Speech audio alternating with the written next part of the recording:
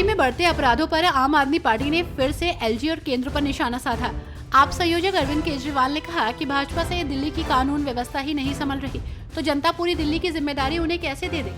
आप नेता मनीष सिसोदिया ने कहा कि दिल्ली में कई व्यापारियों को धमकाया जा रहा है, यहाँ मुंबई वाली स्थिति बनाई जा रही है। महाराष्ट्र विधानसभा चुनाव को लेकर राजनेता लगातार प्रचार प्रसार में जुटे हैं, तो वहीं इसी बीच गृह मंत्री अमित शाह ने मुंबई से शिवसेना यूबीटी प्रमुख उद्धव ठाकरे को खुली चुनौती देते हुए कहा कि क्या वे राहुल गांधी या फिर किसी भी कांग्रेसी नेता से वीर सावरकर या फिर बाला साहब ठाकरे के लिए अच्छी बातें बुलवा सकते हैं।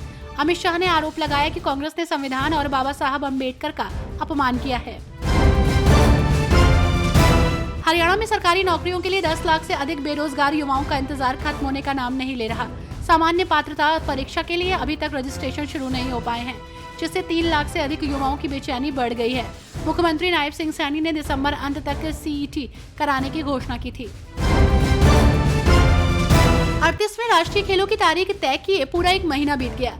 अब सिर्फ 77 दिन बाकी है, लेकिन अभी तक खिलाड़ियों के कैंप शुरू नहीं हो सके हैं। कैंप लगाने की बार घोषणाएं तो हुई हैं, लेकिन धरातल पर कुछ नहीं हुआ। फिलहाल देरी की वजह एक शासनादेश में संशोधन है, जिसका इंतजार पल पल बढ़ने से मेजबानों में खींचतान के आसार बनने लगे हैं। कांग्रेस के राष्ट्रीय महासचिव और सांसद रणदीप सिंह सुरजेवाला ने डीएपी की मारामारी और धान खरीद को लेकर फिर से सरकार को घेरा है। उन्होंने मुख्यमंत्री नायब सिंह सैनी को टेलीप्रॉप्टर मुख्यमंत्री की संज्ञा देकर सरकार को किसान विरोधी बताया है। उन्होंने कहा कि टेलीप्रॉप्टर मुख्यमंत्री धान की एमएसपी 3100 रुपए क्विंटल कब देंगे।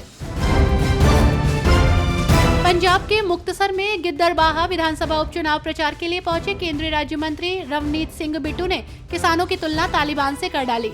रवनीत सिंह बिट्टू ने किसानों पर निशाना साधते हुए कहा कि राज्य में बीजेपी का विरोध किसान नहीं बल्कि कुछ किसान नेता कर रहे हैं। आपको बता दें कि पंजाब की 4 विधानसभा सीटों पर 20 नवंबर को मतदान है। ये सीटें गिद्दरबाहा, बरनाला, डेरा बाबा नानक और चब्बेवाल है।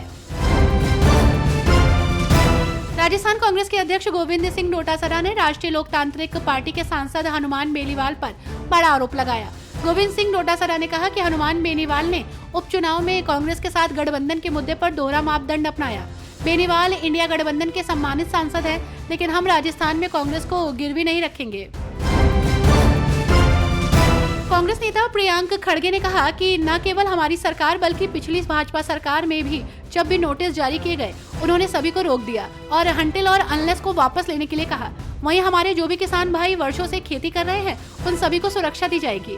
ऐसा करते हुए सीएम पहले ही कह चुके हैं कि आदेश जारी कर दिया गया है। प्रधानमंत्री नरेंद्र मोदी ने बोकारो में भाजपा की विजय संकल्प सभा में कांग्रेस और झारखंड मुक्ति मोर्चा पर निशाना साधा।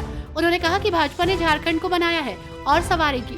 मोदी ने कांग्रेस पर ओबीसी और SC/ST वोटरों को लेकर आरोप लगाया और कहा कि भाजपा एनडीए सरकार झारखंड में युवाओं को पक्की नौकरी देने का काम करेगी। कांग्रेस नेता उदित राज ने प्रधानमंत्री नरेंद्र मोदी के एटीएम वाले बयान पर पलटवार किया। उदित राज ने कहा कि बीजेपी पार्टी ने तो 8 नवंबर 2016 को पूरे देश की जनता को बीजेपी का एटीएम बना लिया था।